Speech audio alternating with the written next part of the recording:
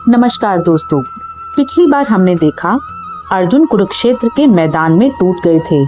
हाथ से धनुष गिर गया था, आंखों में आंसू थे और वो बोले, कृष्ण मैं युद्ध नहीं लड़ूंगा। अगर आपने वो वीडियो नहीं देखा तो पहले वो देख लीजिए, लिंक नीचे है। अब सवाल ये है, जब अर्जुन इस तरह टूट गए तो कृष्ण ने क्या किया? क्या उन्होंने अर्जुन को गले लगाया? क्या उन्होंने कहा ठीक है भाई मत लड़ो? नहीं, कृष्ण ने कुछ ऐसा कहा जो शायद अर्जुन को उस वक्त अच्छा नहीं लगा, लेकिन वो बात आज 5000 साल बाद भी उतनी ही सच है। आज हम बात करेंगे गीता के दूसरे अध्याय की, सांख्य योग। और मैं वादा करती हूँ इस अध्याय में 3 ऐसी बातें हैं जो आपकी जिंदगी को एक अलग नजरिए से देखने पर मजबूर कर देंगी। तो दोस्तों, अर्जुन रो रहे हैं बिल्कुल टूटे हुए, और तब कृष्ण ने पहली बार थोड़ा कड़क होकर कहा, अर्जुन ये कायरता तुम्हें शोभा नहीं देती, उठ अपना काम कर। अर्जुन बोले, कृष्ण मैं समझ नहीं पा रहा। सामने मेरे गुरु हैं, मेरे दादा हैं और मेरे भाई हैं। इन्हें मारकर जो राज्य मिलेगा उस राज्य का मैं क्या करूँगा? और तब कृष्ण ने उन्हें कहा, वो गीता का पहला और सबसे बड़ा ज्ञान है। कृष्ण बोले, अर्जुन तू उनके लिए रो रहा है जो रोने के लायक नहीं है। जो ज्ञानी होते हैं वो न मरे हुए के लिए रोते हैं न जीवित के लिए। फिर कृष्ण ने समझाया, आत्मा कभी मरती नहीं। जैसे हम पुराने कपड़े उतारकर नए पहनते हैं, वैसे ही आत्मा एक शरीर को छोड़कर दूसरा शरीर लेती है। आग उसे जला नहीं सकती, पानी उसे भिगो नहीं सकता, तलवार उसे काट नहीं सकती। तो जो सामने खड़े हैं उनका शरीर मरेगा, लेकिन वो यानी उनकी आत्मा कहीं नहीं जाएगी। फिर कृष्ण ने एक और बात कही जो आज हर इंसान को सुननी चाहिए। तेरा अधिकार सिर्फ कर्म करने पर है, फल पर नहीं। मतलब काम करो लेकिन नतीजे की चिंता मत करो। और आखिर में कृष्ण ने बताया एक ऐसे इंसान के बारे में जो हर मुश्किल में शांत रहता है, जिसे उन्होंने कहा स्थित प्रज्ञ। दोस्तों, अब इन तीनों बातों को आज की जिंदगी से जोड़ते हैं। पहली बात, आत्मा अमर है। जब हमारे घर में कोई अपना चला जाता है हम बहुत टूट जाते हैं, दर्द होता है, ये स्वाभाविक है। लेकिन गीता कहती है जो गया वो सिर्फ शरीर था, असली वो जो उस शरीर के अंदर था वो कहीं नहीं गया।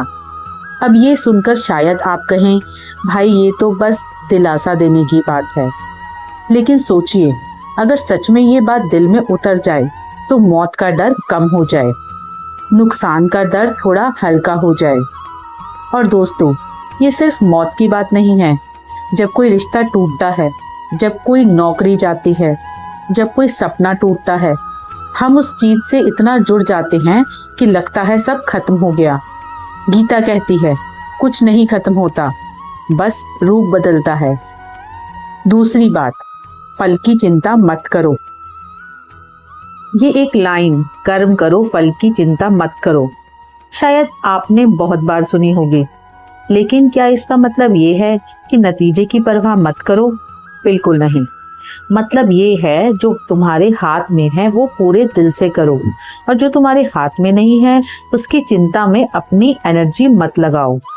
एक स्टूडेंट है, एग्जाम आने वाला है, वो दिन रात सोचता रहता है क्या होगा अगर फेल हो गया, क्या होगा अगर मार्क्स कम आए। इस चिंता में वो पढ़ता कम है और घबराता ज़्यादा है। गीता कहती है पढ़ो, पूरे मन से पढ़ो, रिजल्ट की चिंता पढ़ाई के बाद करना। और ये सच है, जब आप प्रोसेस पर फोकस करते हो रिजल्ट खुद बेहतर होता है। एक बिजनेसमैन है, वो इतना डरता है कि बिजनेस डूब गया तो क्या होगा कि वो सही फैसले ही नहीं ले पाता। गीता कहती है सही काम करो, डर को बीच में मत आने दो। तीसरी बात, स्थित प्रज्ञ। कृष्ण ने अर्जुन को बताया एक ऐसा इंसान होता है जो दुख में घबराता नहीं, सुख में उड़ता नहीं, जिसके मन पर खुशी और गम दोनों का बराबर असर होता है, यानी बहुत कम। अब दोस्तों, आज के ज़माने में सोचिए, आपने कोई वीडियो डाली, 10,000 व्यूज़ आए, आप उड़ने लगे, किसी ने एक बुरा कमेंट किया, आप रात भर सो नहीं पाए। ये है अस्थिर मन। स्थित प्रज्ञ वो है जो 10,000 व्यूज़ पर भी ज़मीन पर रहे और एक बुरे कमेंट पर भी शांत रहे। वो जानता है ये दोनों आते जाते रहते हैं। तो इस अध्याय से हम क्या सीखते हैं? पहला सबक, जो भी आप खोने से डरते हैं, चाहे रिश्ता हो, पैसा हो, नौकरी हो, वो सब बदलता रहता है। जो असल में आप हैं वो कभी नहीं बदलता। इस एक बात को अगर समझ लिया तो जिंदगी में बहुत हल्कापन आ जाता है। दूसरा सबक, हर रोज एक काम कीजिए अपनी पूरी ताकत से। नतीजे की चिंता उस दिन के अंत में करना। बस एक दिन की मेहनत, फिर कल का एक दिन, यही है कर्मयोग। तीसरा सबक, जब कोई बुरी बात हो 10 सेकंड रुकिए रिएक्ट करने से पहले। जब कोई बहुत अच्छी बात हो जमीन पर रहिए। ये छोटी छोटी प्रैक्टिस ही आपको धीरे धीरे स्थित प्रज्ञ बनाती है।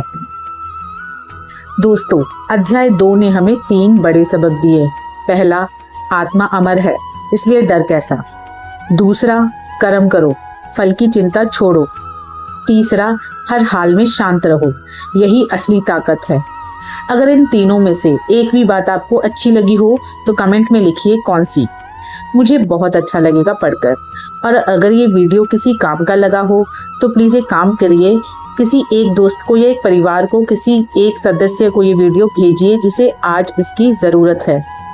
अगले अध्याय में हम बात करेंगे कर्मयोग, यानी कृष्ण ने बताया कि काम कैसे करें कि थकान ना हो, ना निराशा, और मन भी शांत रहे। सब्सक्राइब करें और बेल आइकन दबाएं ताकि अध्याय 3 मिस ना हो। मिलते हैं अगली वीडियो में। जय श्री कृष्ण।